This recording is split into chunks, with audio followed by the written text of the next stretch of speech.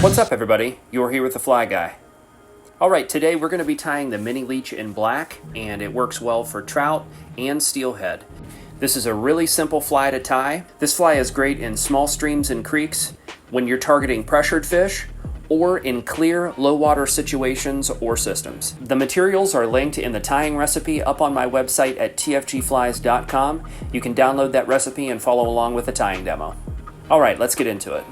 You want to start by putting your bead on your hook and laying down a good thread base after you get that hook secured in the vise. We're going to start with the tail. It's a simple black marabou tail. We're not using a full feather. We're stripping off some of those fibers and getting a nice, thin, sparse marabou tail. Just make sure that those fibers go at least to the 3/4 point of the hook shank up towards the bead, and wrap that down to get a nice even body and transition. One piece of black crystal flash on each side of that marabou tail, and that tail is done.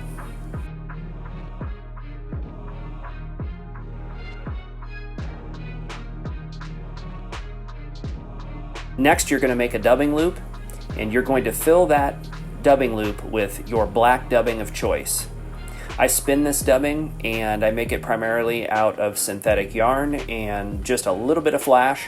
I don't want too much, I just like it to be a subtle accent. The tool that I'm using to spin this dubbing loop is literally a bass casting sinker and a paper clip.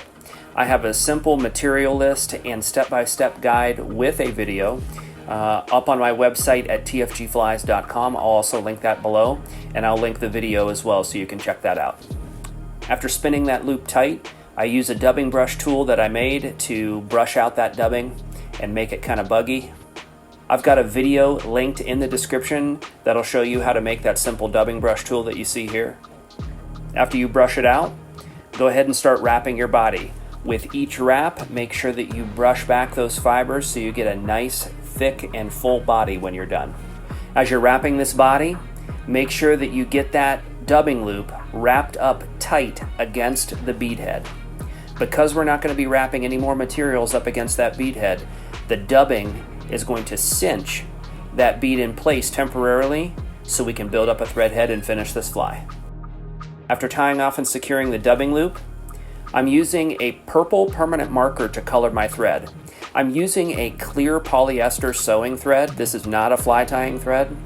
And I did a video on this a while back about using this as a all-purpose fly tying thread. It works really well. I'll put a link in the description to that video also. But when you use this thread, one of the benefits is that you can use different colored permanent markers to go ahead and color your thread, so you don't have to buy a bunch of different colors of thread in different sizes. Because this thread is relatively thin, it works for a bunch of different types of flies.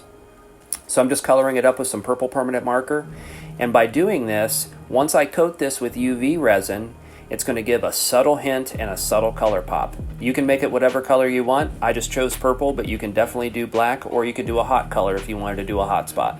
One of the tricks to doing this though is to realize that the permanent marker, as it sticks to the thread, will make it sticky. So when you try to half hitch or whip finish, it can actually cause the thread to break very easily.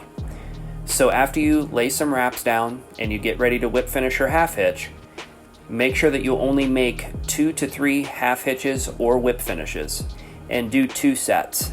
You can get away with one if you put UV resin on it right away and you make sure that it's tight.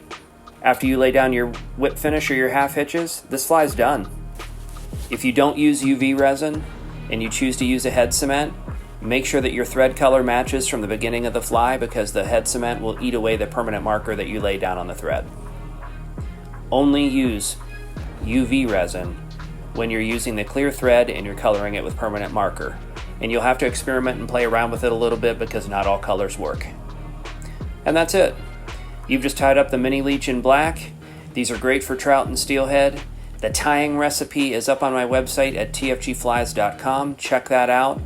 This fly was also featured in my Trout Fly Box Rebuild episode 1. There are 2 other leech patterns included in that video, and I'm going to be doing the tying demos for those as well, so make sure to subscribe. I've got a lot more tying demos and fly fishing footage coming, so stay tuned.